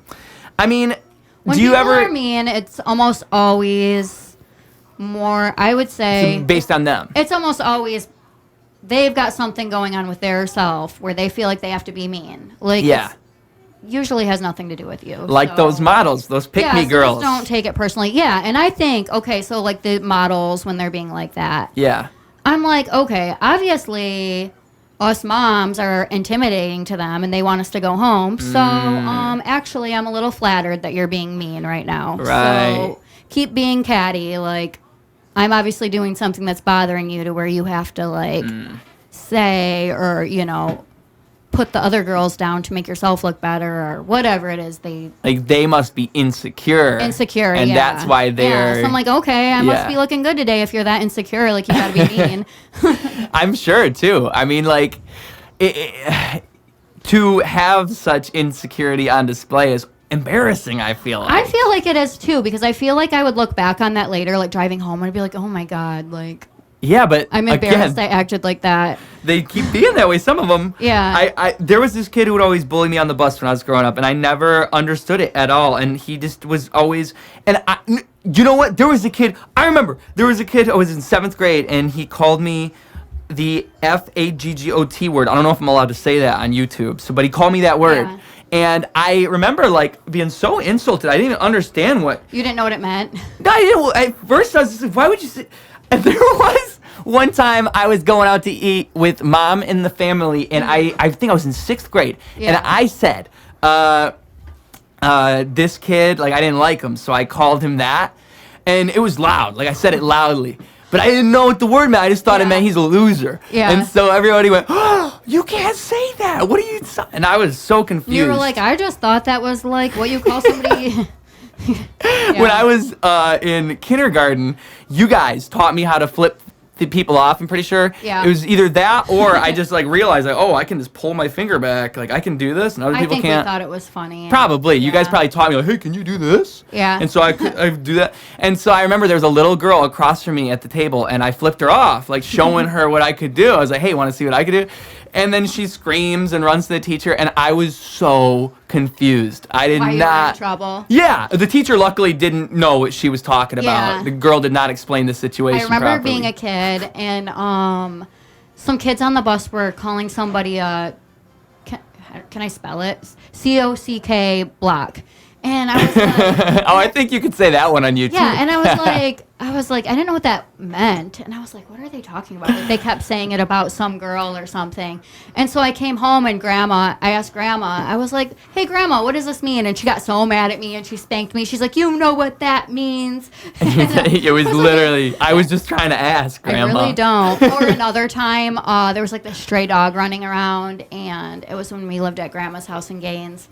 And, some, like, neighborhood boys were calling it, I don't know what I'm allowed to say, numbnuts. Am I allowed to say numbnuts? Yeah. They were calling it numbnuts, and I was like, oh, like, you know, it must be the dog's name. Like, I was a kid, so we were like, numbnuts, come here. And, like, we were calling him that, and me and, like, all the different, like, cousins or whatever were playing with it. And some girl heard us say that, and she yelled at us, and she was, like, saying... That's my dog. She was going to tell our grandma, and I was like, I thought that was his name. That's so funny. Imagine just seeing your dog outside, and everyone's going, hey, idiot. Hey, stupid. And you're like, be nice. The dog didn't care. He was just happy people were playing with him. I'm guessing it was their dog. They probably thought you were bullying it. Yeah. That is so funny. Why is this kid calling my dog a numbnuts? Numbnuts. Yeah. That is a potential dog name. That's pretty funny. I think if I ever get another dog, that might be the name. That's really good. Yeah. Hey, little numbnuts. I would believe it if I saw a bunch of kids calling a dog that. Yeah. That's exactly what I would think. I thought that was his name. At this age, that would still happen to me, is what I'm saying. Like, I don't even think that's a thing. Some people maybe would name their dog that. Yeah. Like, I mean, I would have no shame if I got yelled. I'd just be like, oh. Yeah, she told me she was going to, like, come tell my grandma, and I was like... Tell my grandma what? Yeah, like, why? What are you telling on me for? But I mean, you know, kids will be kids. Yeah. Have you had any of those experiences with your kids, with them? All the time, yeah. Yeah, they ask you about certain words? Oh, yeah. Or how do you explain? I just say that's a bad word. Don't say that. Or like Amaya's confused with the word hell because I think she's learned that it's like a place and the devil lives down there and they like talk about it in the Bible. So she's like, how is this a bad word if they say it in church? Good point. She's got a good point. And then she'll be like, what the hell? And I'm like, no, you can only say it in this context when you're talking about the devil. If you say it that way, it's a swear word. Yeah. Kind of like you can't use the Lord's name in vain. Like, you can't say it that way. Yeah. Yeah. So, Amaya's my biggest one that's trying to like sneak little swear words, or she'll flip me off. And I'm like, what are you doing? Does she know? Does she know what she's doing? She knows. She's pushing her boundaries. Oh, yeah. Yeah. I never swore growing up. I always felt like it was taboo. Like, I can't got my swear. mouth washed out with soap before swearing. Yeah. So I still to this day don't really swear very much. And I think that's why. Because, like, I got my mouth washed out for swearing with soap. So it kind of cleaned up my little potty mouth. And that's such a funny punishment. I just don't, I don't know. Like, it's literally washing your mouth out with soap. Literally, yeah. Literally. What does a parent do? That never happened to me. They never did, because I didn't swear. It was mostly grandma. Yeah. But does that mean they stick the soap in your mouth and... Yeah, and I was like one of those. What, do they just scrub it around? Oh, just, yeah. Like, Wash your mouth out with soap, yep. Or, it sounds so awkward. Yeah, I think Mom did it to me before, too. Probably my dad. I remember, I think it was our sister, Paige. But Yeah. I think she was like 14, and she was getting her mouth washed out with soap, and she was like, oh, I like it. Give me more. I used to do that, too. Yeah, because I didn't want them to think that the punishment was working or they were getting one on me or whatever. I'd be like, I love this soap. It tastes so good, even though it was gross. They're just getting more and more mad. Yeah, like you're not going to win. No, but they won. That is so funny. They were really winning. Yeah, it's soapy mouth. Well, in your mind, though, they're not winning. As long as you fake it. Fake it till you make it. Oh, yeah. I was like, oh, yeah, I love this soap. It tastes good. It tastes like apples. That feels better than just... It was gross. Yeah. I can't imagine, because it's such a literal punishment. Like, when you think about it, it just sounds silly. But, like, the actual application of it would be so... It's kind of hard to watch. Like, you're just opening somebody's mouth and just... Yeah. Dang, dude, that's kind of morbid almost, Like, there are better ways to deal with swearing. It worked for me. I don't know. I guess it works. I don't even think swearing's that big of a deal. I mean, if I had a kid... that big of a deal, but I think the washing the mouth of the soap is why I don't swear very much. I think it's just, like, connected in my brain, like... Don't say those words after a while. I think that's why I feel like smoking marijuana is a taboo thing in my brain. Like, oh, I can't do this outside in front of a bunch of people because I couldn't do it around my parents. Like, there are kids that grow up and they can just do that type of thing. Yeah. They never feel that way. They never feel like they can't just go out in public. And I've smoked weed in front of my parents before. I would feel so awkward doing so. I mean, like, I would do it and be capable of it, but it's like in my brain I'd be thinking, oh, I should be going and hiding in my car right now. Yeah, I think at the point they just like already know, and I don't know, it's just not that big of a deal. It's a learned behavior is what I mean. I have to run to the bathroom real quick. Oh, that's fine. Okay. Your TV's pretty nice. Oh my gosh, I got that thing on sale. It was on sale at Best Buy. Yeah. And I just had to buy it. I had like an alright 4K TV, but I couldn't believe it, and I watched a video on YouTube reviewing it, because that's what I always do when I see something on sale. I always watch a review. Yeah. And the review said it was awesome. They said it was worth like... I was on sale for $800 when it was normally $1,200, and then the guy on the review was saying it's worth as much as his $3,000 TVs. So I'm like, oh my god. Sometimes you have to wonder though if they're like paid to. Well, it was a paid review, but he was saying things that he didn't like about the TV too. Yeah. And he could have said anything. Yeah. And I watched a bunch of different ones, and they all said it was good. I mean, I see what you're saying, because you know what it is? It could be a thing where they send out a bunch of these TVs at once before it goes on sale, so that way they know the people like me are gonna do exactly what I do. I'm gonna Google it. I'm gonna look up if people actually like it. Yeah. They tricked me. You're right. They might have just tricked me into buying it. I know Amazon does that, and that's why I'm always, like, I always try to personally ask people, like... Read the reviews. That's what you can do. Yeah. I'm the customer reviews, though. Like, Yeah. on Amazon, what's nice is you can actually scroll and just see what anybody says. And you want to read, like, the 3 and 4 star reviews, because those are the most honest. The 5 stars are usually paid. Like, people are paid to say, oh, I love this. It's great. And then the 1 stars are just those Karens who just are going to complain about everything. But they'll actually be the one that would see what's wrong with it. Yeah, they'll probably tell you the problems, yeah. I was trying to get an indoor sauna, and the cheaper ones had a bunch of negative reviews. And it bummed me out, because it's like, I want an indoor sauna, but you can't get one unless you want to spend like $600 or $700. All the cheap ones have issues. Yeah. Same thing with a lot of humidifiers, too. I noticed when I was trying to buy a humidifier, a bunch of them had different types of issues. I mean, you can get humidifiers, like... I've gotten them at Aldi's for, like, pretty cheap before. Oh, the one I have is nice. You just got to keep your eye out for a good deal. Yeah. What's up, baby? What's a is there anything else we could send people to that you have done recently? Is there any work that you would like to highlight while we're still in front of this microphone here? So work I've done recently. So if anyone would like a Reiki session, I work at the Green Tree in Swartz Creek. We're actually tonight. I don't know. Do you do this live or is it? Oh, well, what I do is I upload it live, but like it'll stream on YouTube live, Yeah. but it's probably just gonna be a couple days from now. It'll be soon. So anyways, today. Is there anything today, which Today was we're actually having 5 days ago? Today, though, it's actually 5 days ago.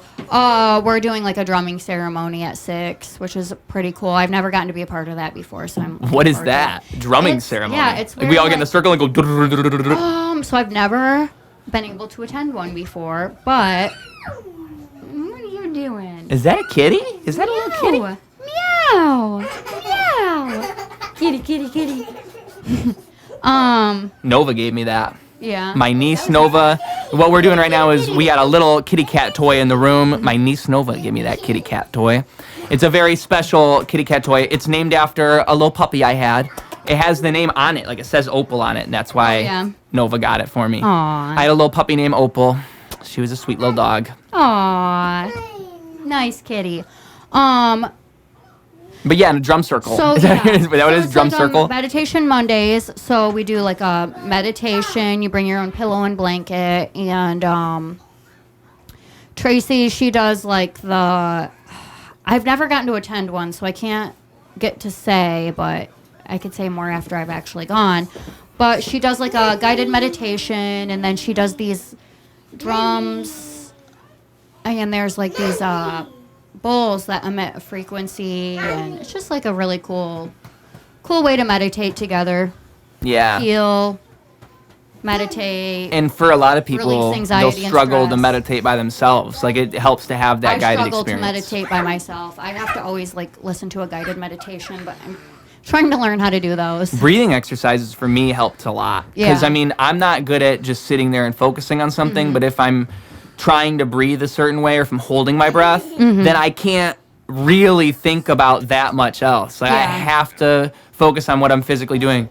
The other thing I just learned, I thought this was really interesting about meditation, is that there's different kinds of meditation. Like there's, I think it's intrinsic medication, or basically internal versus external. Yeah. Where internal would be like if you have your eyes closed and you're focused on your breathing, and external would be like if you're looking at something and you're focusing on that thing. And both of them serve different purposes. Like an internal exercise would be like if you're an anxious person that's always focused on how your body's doing and all this, you wouldn't want to do the internal exercises so much. You'd want to do an external exercise where you're focused on your surroundings. You'd want to do a group one where Yeah. you're with other people, I feel like, much Yeah. more than just sitting alone and trying to focus. You're going to get more in your head than you already are. I've never been able to attend one of the group sessions before, so I'm actually really excited about it. But Yeah, that sounds yeah. nice. And it's helpful You to... can go if you want. I don't know. Would I be the only boy there? I don't know. I don't know who all goes. I think it's open to anyone who wants to come. You don't pay to do it? You just So show I don't up? have to pay to do it, but I think people who don't work there, they have to pay like, it's just a small amount. It's like $5 or $10 or something. Just, to keep the thing going every Monday. But That's fun. yeah, it's pretty cool. I imagine it would be... it's almost... What's going on? Am I hearing the window? What is she doing over there? What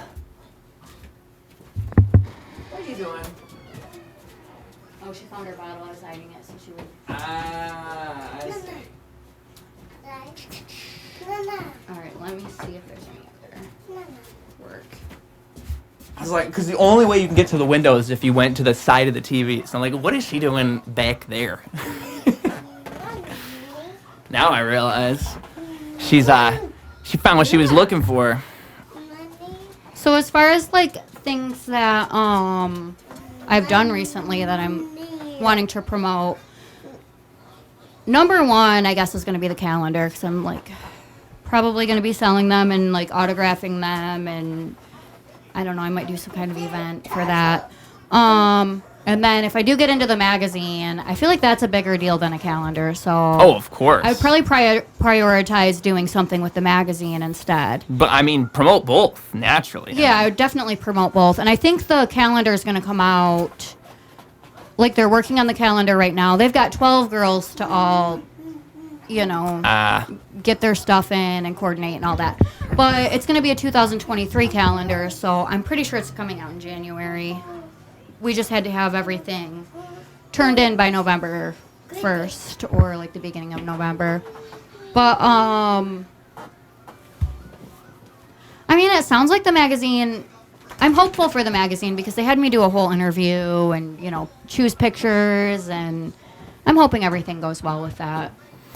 But I'm not trying to count my eggs before they hatch because I did miss the deadline.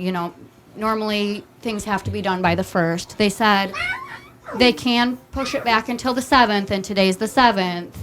So if for some reason something goes wrong and they can't push it back, like, I don't want to be all upset, Yeah. Just, I mean, even the experience going there to do it was amazing, so.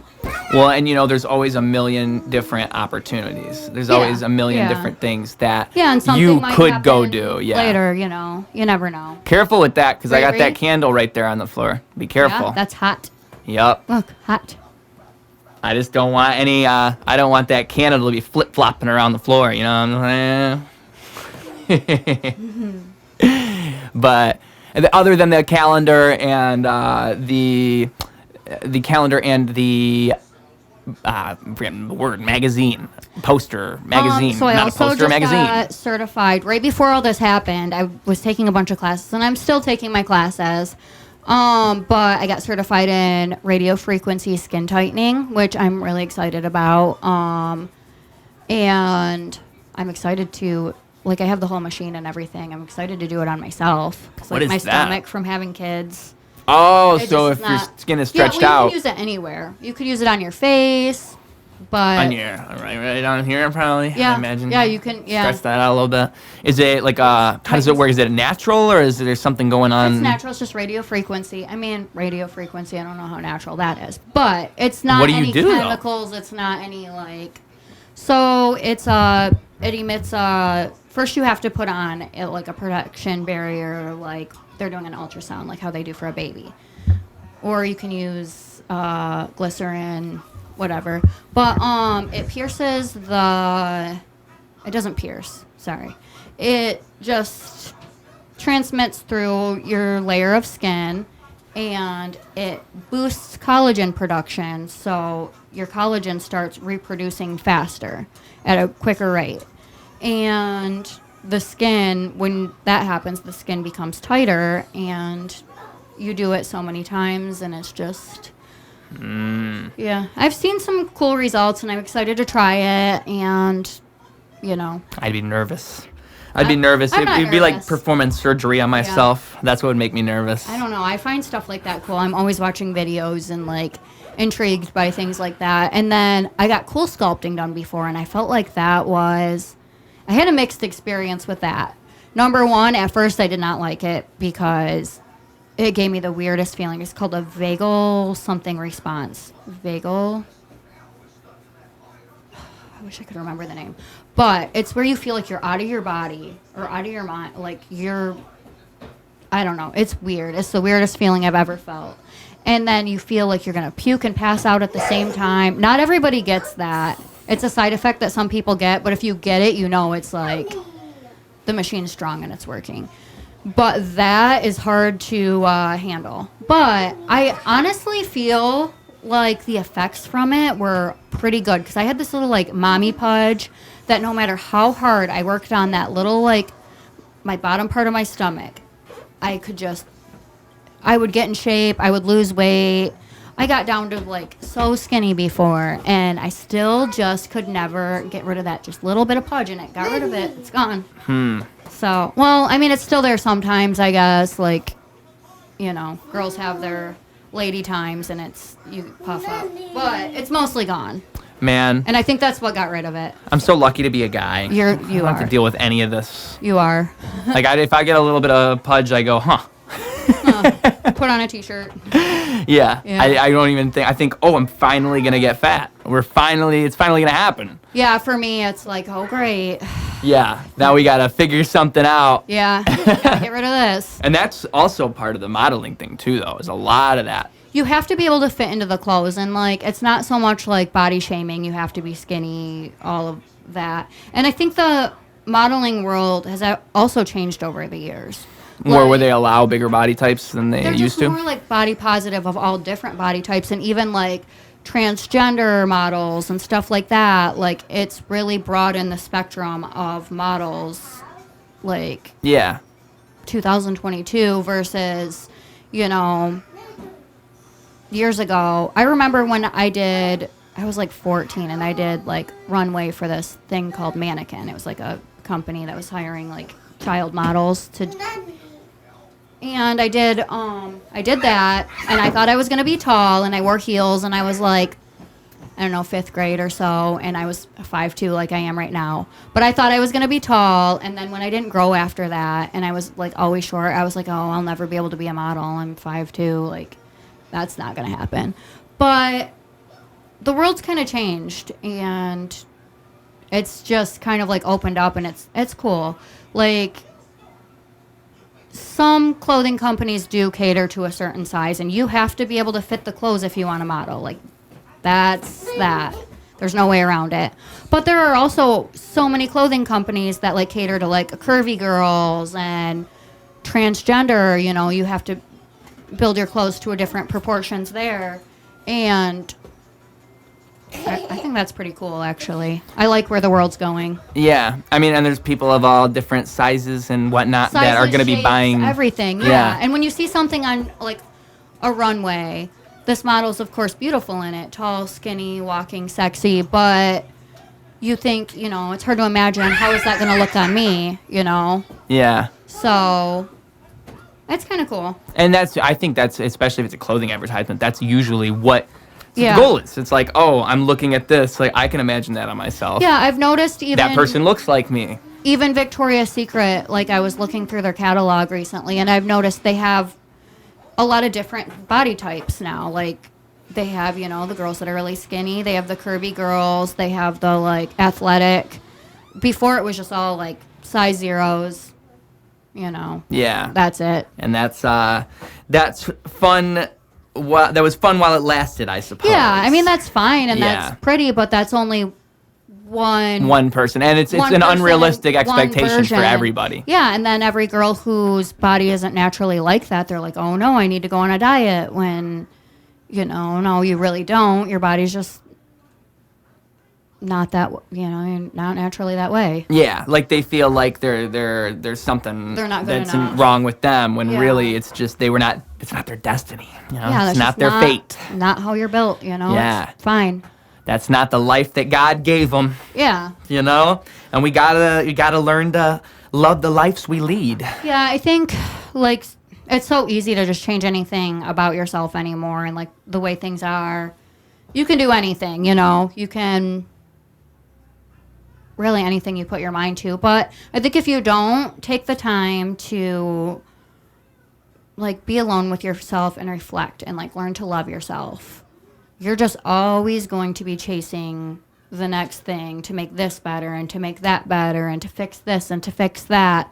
And that's like something I really thought about during the skin tightening, because I was like, my skin, as much as I work out, as much as I I'm careful about my diet, all of that. Like, I can get skinny, I can get in shape, and I know how to pose to where you don't even see that.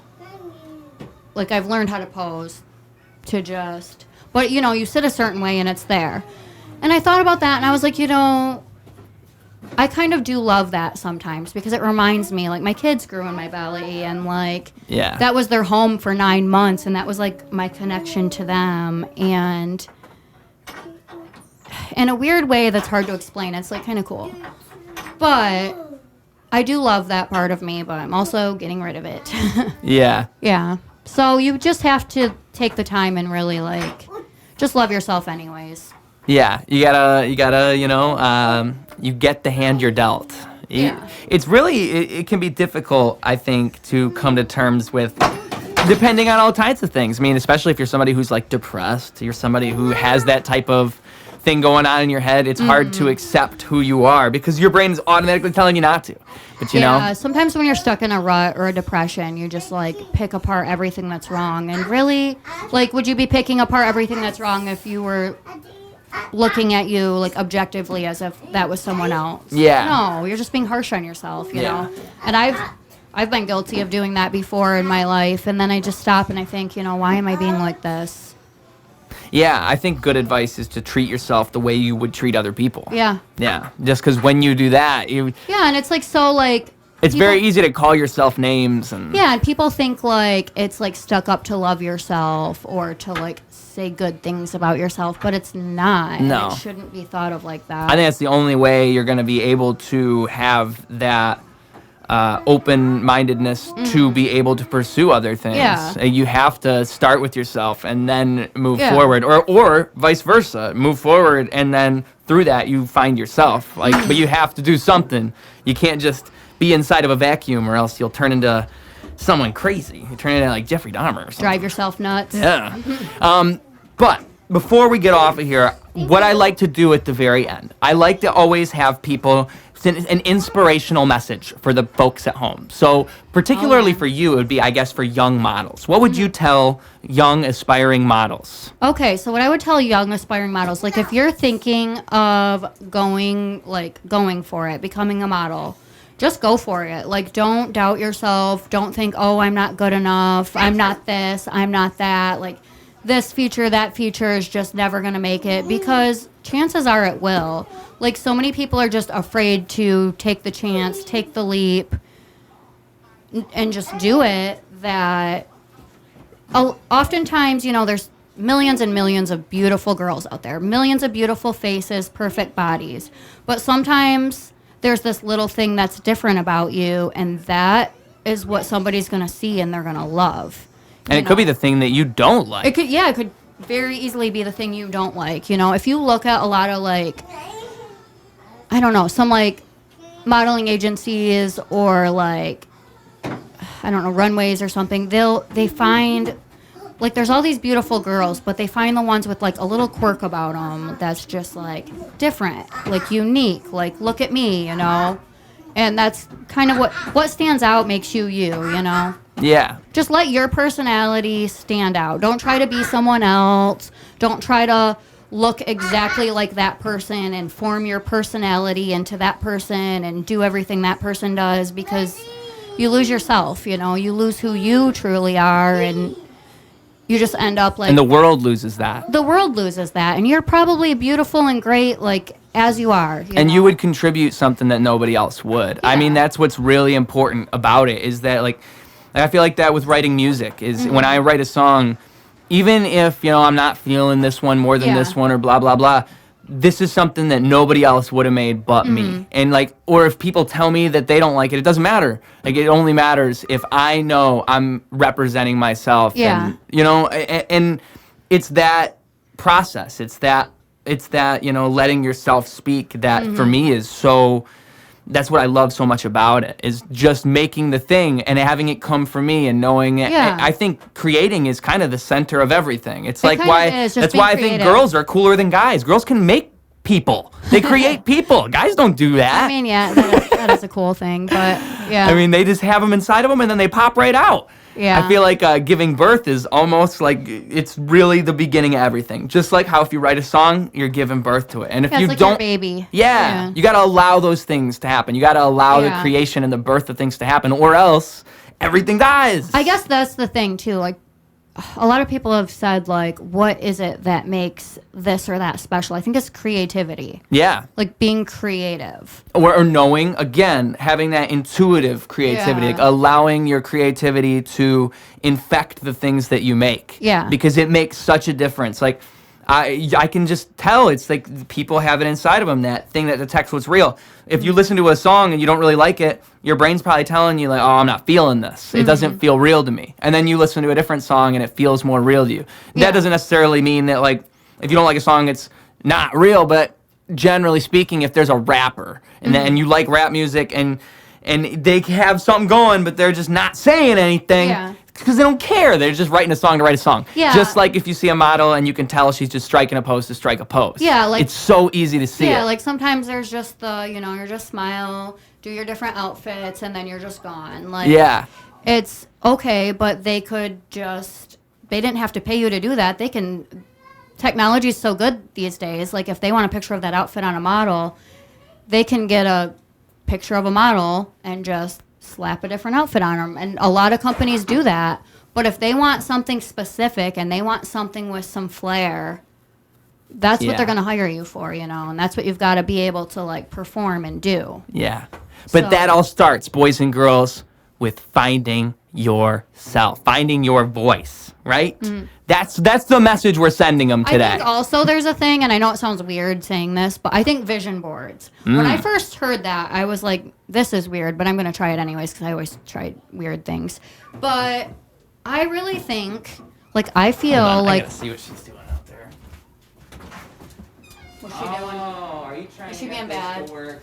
I just heard her touching over here, and I didn't know what she was trying to... and she brought in the remote. She's trying to turn the show back on. That's what she's trying to do. Are you trying to turn Because on it Mickey? changed from Mickey to Spider-Man. That's what... She It don't was want PJ Spider-Man. Masks. She There only you likes go. Mickey. I got Mickey back on. Just one more minute.